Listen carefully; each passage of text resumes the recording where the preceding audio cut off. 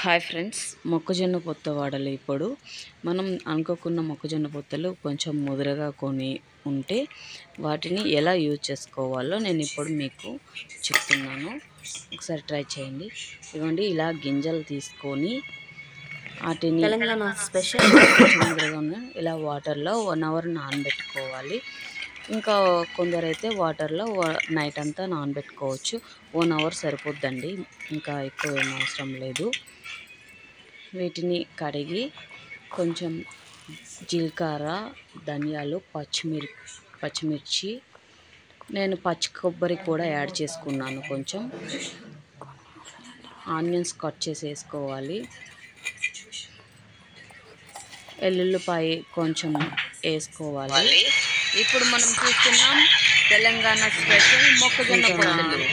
ఎంతో టేస్టీకరంగా ఉండే మొక్కజొన్న పొత్తులో వాళ్ళు కరివేపాకు రెమ్మలు తీసుకున్నాను.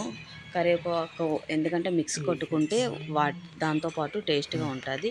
కొంచెం జీలకర్ర, 1 టేబుల్ స్పూన్ జీలకర్ర తీసుకున్నాను. దీన్ని మెత్తగా మిక్స్ చేసుకొని తగినంత ఉప్పు వేసుకొని మిక్స్ కొట్టుకొని, అది మరీ గాఢగా అంటే మరీ ఇలా గింజల్లా ఉండకుండా, మరీ మెత్తగా కాకుండా మరి అలా ఉండాలండి.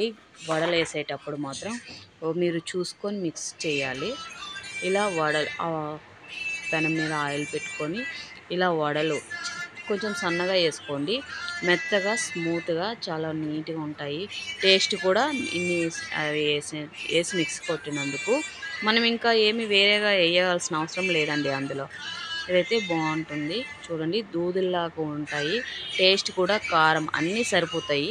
ఇంకా ఎవరైనా ఏమన్నా సరిపోలేదు అని అనుకుంటే చట్నీ కానీ సాస్ ఇంకా ఏమైనా యాడ్ చేసుకోవచ్చు.